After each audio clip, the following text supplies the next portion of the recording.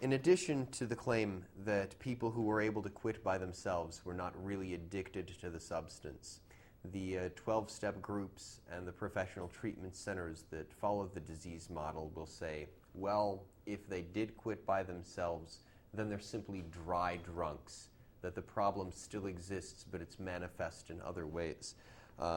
What can you tell me about the dry drunk hypothesis? Well, it's just another myth.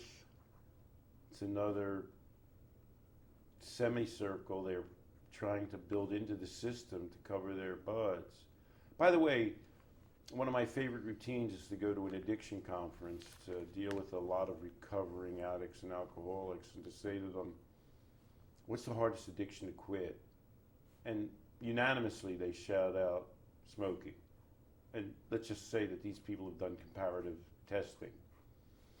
And then I say, oh, how many people in this room have been addicted to cigarettes? And 3/4 raise their hand. And I say, how many are no longer addicted? How many have stopped smoking for a couple years or more? And half of the people in the room raise their hand. And then I go, how many of you entered a recovery group or got treatment for smoking addiction? Very often nobody will raise their hand out of hundreds of people. So I'll say, well, this is just blowing my mind. People in the recovery movement, well informed about comparative addictions, have told me that the majority of them have quit the toughest drug addiction of all without treatment or support groups. I just don't know what to do with this information. Do you have any suggestions? Even they, when push comes to shove, don't believe their own bullshit. Even they know that people quit the toughest addictions like they have all the time on their own.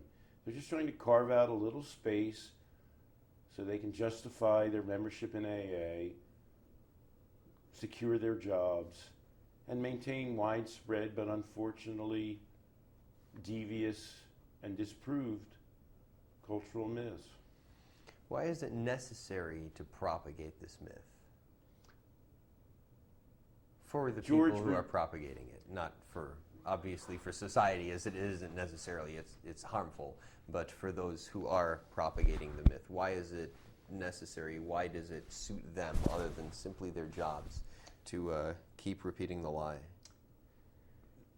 People in the addiction business believe or claim to believe that there's a fundamental biological medical syndrome called addiction that exists irrespective of individual, social, and cultural parameters.